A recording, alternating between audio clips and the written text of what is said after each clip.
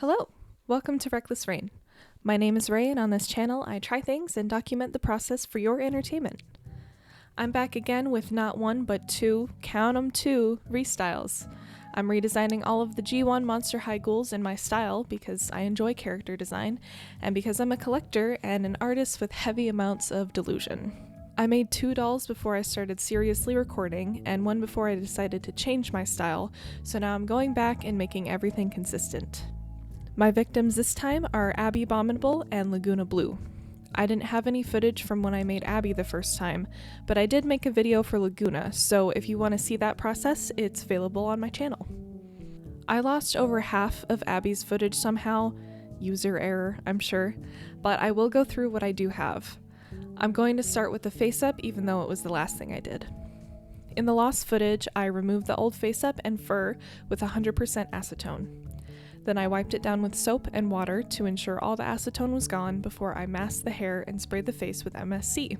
I dusted the edges of the face, the jawline, and the cheekbones with a rich blue chalk pastel, and added pink pastels to the eyelids and lips. After this, I painted on the whites of the eyes, referencing my mock-up off-screen. Then I blushed the apples of her cheeks and the tip of her nose with a warm purple to look as though she's been out in the cold. Then using watered down acrylic and a toothbrush, I gently sprinkle white freckles onto her face. After this, I always go in with a wet Q-tip to clean up any odd splotches here and there. Then I went back in with a smaller detail brush to add bigger marks, and I added a little snowflake on her left cheek. I clean up the sclera and sketch in the eyebrows using a white watercolor pencil. I wanted her to be looking to the side still, as the G3 doll does, but I wanted a stern yet playful expression, so the eyebrows really needed to pull their weight. After this, I dust on some shadows into the eyes with chalk pastel and painted her waterline and eyeliner with white acrylic paint. Off camera, I painted in her fluffy eyelashes as delicately as I could and worked on one of the eyebrows. With white acrylic paint, I just go back and forth on the eyebrows until I was happy with the fluffiness levels.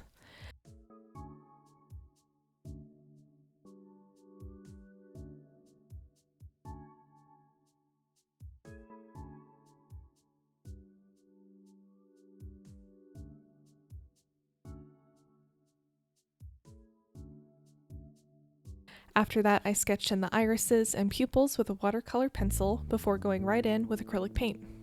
When changing to a new style, it's good to have a formula to follow so that everything stays consistent, and that's what I did with the eyes here. I used a dark purple for the first layer, a medium purple for the second layer, leaving a ring of dark purple and blending towards the top. Then a darker purple for the pupil, a light purple to highlight the iris, and a medium purple to highlight the pupil. I struggled a lot on these for some reason, but eventually got them okay. To add more saturation, I decided to wash a light layer of this neon pink over the top of everything. I don't really think that it helped though, and kind of just made them cloudy. Whoops.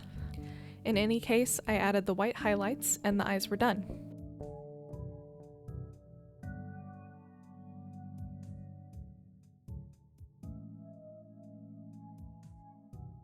Next, I painted in her tusks. I also struggled with these for some reason. The shape, the placement, the 3D effect, all of it gave me endless hassles. But with some Mod Podge and a craft knife, I eventually got them to be the way I wanted. Eventually. Once I was done with the face, I sealed everything in with a layer of MSC. Once dry, I got to work adding the fur to her sideburns and ears. I cut chunks of the faux fur I had and laid down a healthy heaping of Mod Podge. Then I stuck on the fur and lightly brushed the glue into the ends that are touching the face to help it stick better long term. I let it dry 100% and trimmed it down just a bit, and the face is done. So because I lost so much footage, I'll have to mime most of it, so please bear with me. For the first redesign, I rooted small amounts of white into the hair that the core doll came with and braided the front bits, wrapping the ends with white embroidery thread. Then I made a pink skater-style dress using the asymmetrical dress pattern from Delightful's Etsy shop. I ended up modifying so much of it though, it's almost not the same pattern. Then I lined the collar and sleeves with faux fur and added gems to this odd little cutout, which was a result of me not knowing how sewing works. I made her a set of earmuffs, some faux fur leg warmers, and a pair of skates from scratch. Overall, the design was just lackluster and needed more color and visual intrigue. So for this restyle, I had recently got my little mitts on the G3 Fearbook Abbey and loved the shoes and earmuffs that came with her. The earmuffs had this traditional looking triangle and diamond pattern on them, which really inspired me. So with that in mind, I decided to embroider the front of the dress with this colorful diamond that had a snowflake inside, and added a border with purple thread. I added some blue knots to the skirt as well, tying in the blue, before adding more faux fur to the bottom. And that's the dress. Next, I took thin iridescent ribbon and wrapped it around the leg warmers I had made the previous time. Then I added faux fur to the earmuffs and painted them pink to match the dress, painting on the colorful details to match the embroidery thread on the dress as well. I added icicles to the heels with hot glue, then painted them white to start. Then I painted the soles this icy blue, adding purple into the crevices to add dimension. After that, I glued the same purple embroidery thread that I used on the border to act as laces. Lastly, I topped the shoes with this ribbed fabric that I colored to match the soles. I painted her original earrings the same way that I did for the soles of her shoes and sealed everything with Duraclear matte varnish. And with all that, she's done.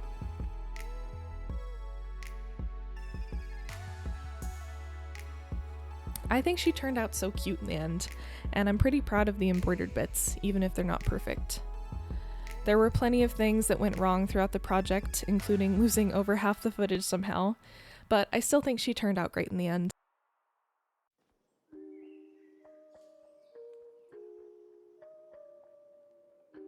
She's still not really my favorite, though. There's just something off. I can't put my finger on it, even though Abby is one of my favorite characters in the shows and movies. Maybe it's because I made her both times during the dead of winter and so many things went wrong. I don't know.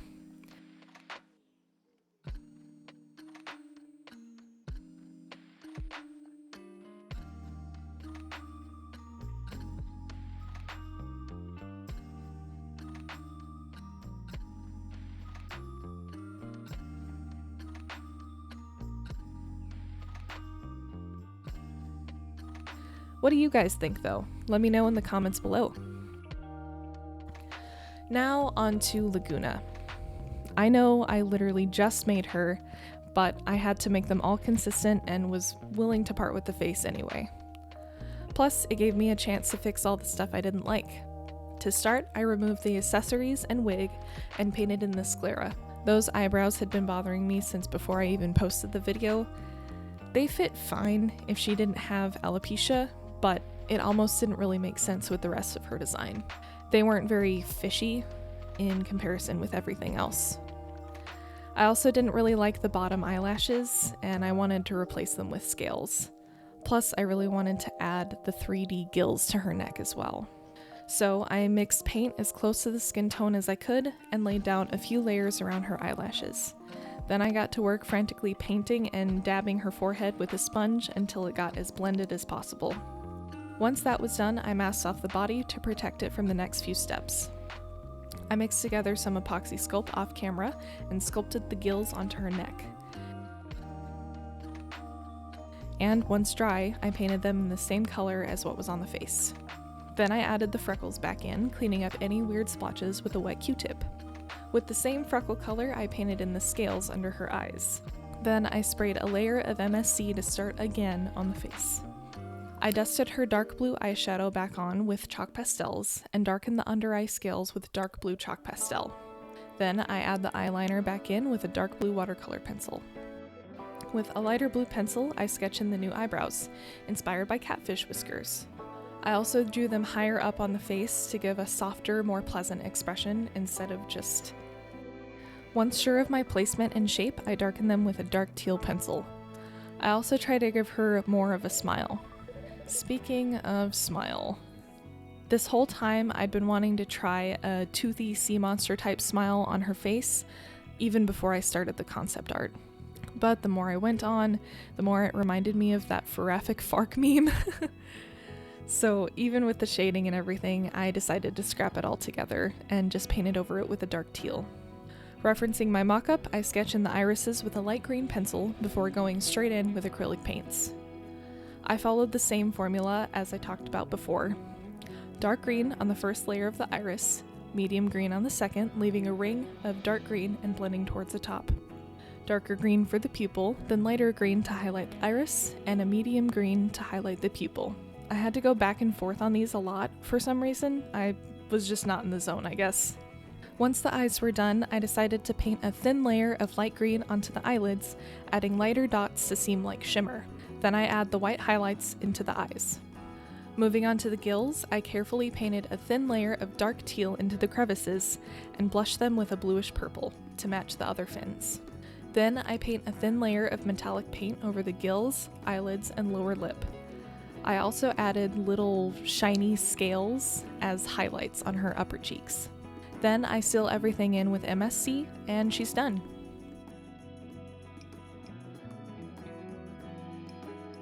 I'm pretty alright with this rendition, though the first will always be special too.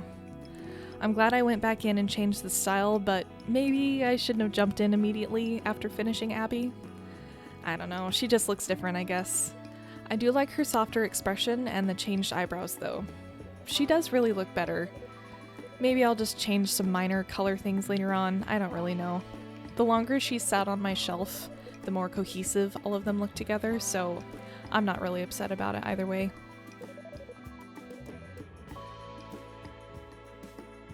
And here's the three ghouls all together, taking turns being the center of attention while taking selfies.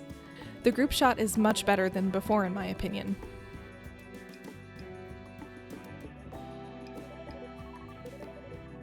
As always, let me know what you think in the comments below. And if you liked what you saw, please consider liking the video and subscribing. You can also follow me on Instagram at reckless_rain, where I post carousels and concept art for future projects. Thanks for watching, and I'll see you soon for the next video. Bye!